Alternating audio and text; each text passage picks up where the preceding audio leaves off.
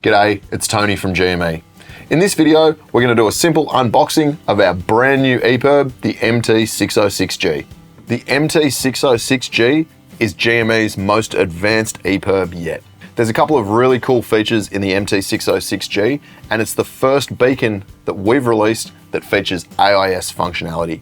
So we'll do a quick unboxing now, and as we're pulling the box apart, I'll run through some of the key features of this particular product. So, very simple with the MT606G. It already comes pre-installed in its bracket. And you'll notice, if you're familiar with previous GME EPIRB models, we've changed the secondary securing mechanism. So where this used to be a stainless collar, we've now moved to a hook and loop style strap, which not only ensures that the beacon stays in the housing at all times, but there's no risk of corrosion in that harsh saltwater environment. Now, whilst this is a brand new EPIRB model with the latest safety technology in it, if you're an existing GME EPIRB owner, you'll be very pleased to know that we've kept the mounting hole locations for the bracket in the same place. So if you're replacing an existing GME EPIRB with the MT606G, you don't have to drill any new holes in your boat, which is always a benefit. Of course, we supply the 4 machine screws to mount that bracket in your boat.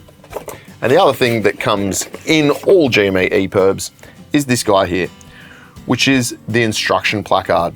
Now this is on 3M double-sided adhesive, and it's very important that wherever you install the EPIRB in your boat, you install this placard right next to it.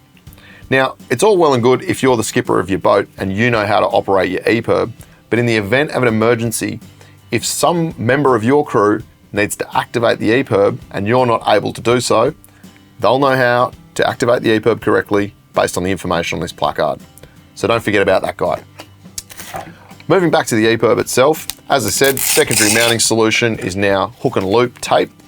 This one says display unit only. That's because it doesn't have a battery in it, so I don't accidentally set it off while we're filming this video.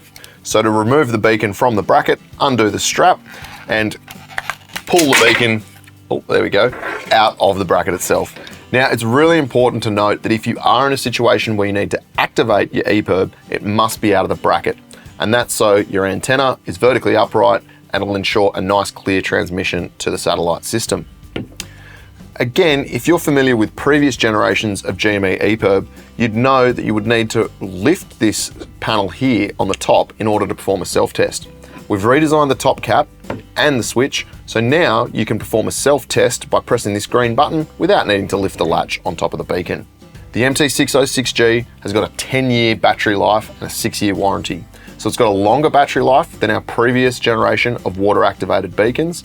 And of course, remembering the MT606G is water-activated.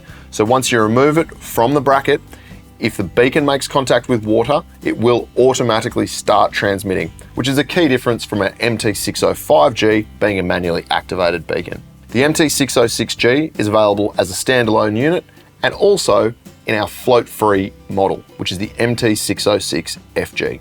If you've got any questions about the MT606 range of beacons, drop a comment below or head to the GME website for more information.